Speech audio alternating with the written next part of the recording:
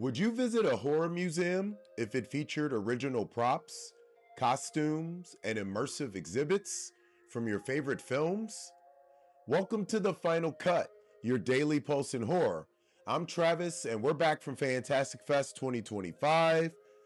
Tired, grateful, and still recovering from the chaos.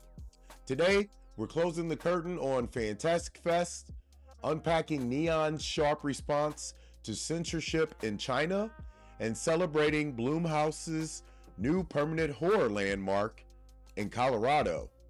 Let's dive in. First up, Fantastic Fest 2025 is officially in the books, and what a wild ride it was. From last-minute screening swaps to COVID scares, this year reminded us that genre fans are some of the most dedicated humans alive. We're still uploading our red carpet interviews and coverage, but a few of our favorite films included Road to Vendetta, The Curse, 13 Days Till Summer, VHS Halloween, Night Patrol, Black Phone 2, and we capped it off with the killer closing night party at Troublemaker Studios, a fitting tribute to the Fest's 20th anniversary. Shout out to the volunteers, staff, and PR teams who made this year unforgettable. My question for you guys is, what's your favorite horror festival memory? And are you planning to hit one in 2026? Let us know where you're going. We may see you there in the comments ahead. Next up, Neon has gone public with their condemnation of a shocking AI alteration made to their film Together in Chinese theaters. The horror romance starring Dave Franco and Alison Brie features a gay couple's wedding until Chinese distributor Hai Shou reportedly used AI to digitally alter one of the men into a woman. That version played for audiences until word got out and the film was pulled from Chinese theaters. Neon has demanded an end to the unauthorized distribution. The studio originally acquired Together out of Sundance for $15 million, where it received major praise for blending horror and human connection. This is another flashpoint in the long battle over LGBTQ+ representation in international markets, especially in China, and frankly, it raises questions about where censorship ends and digital manipulation begins.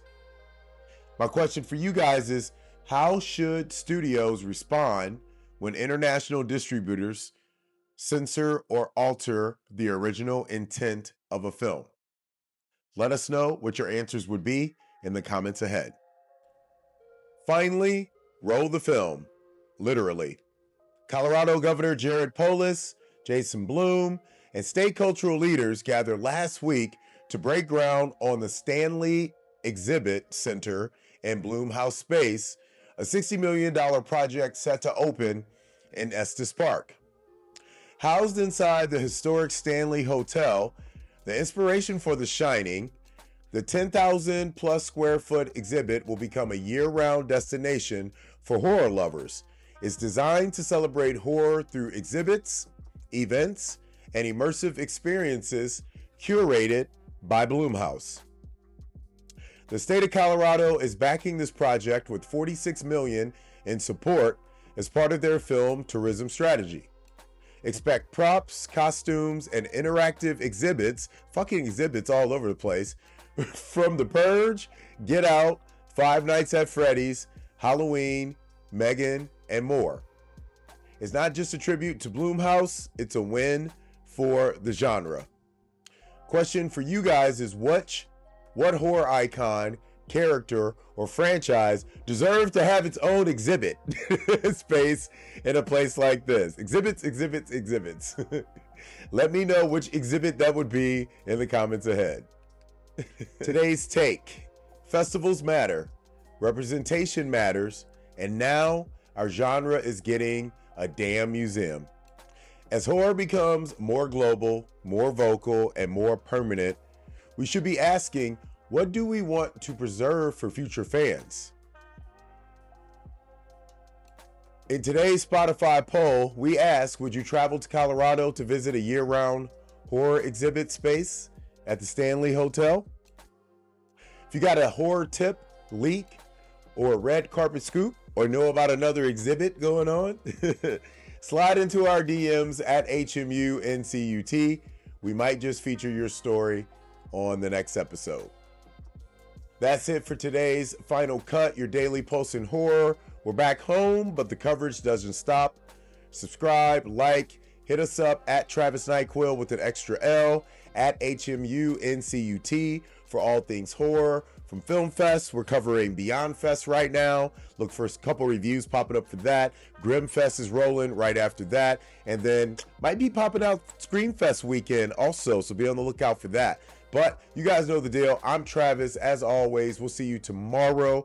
Until then, keep the lights on.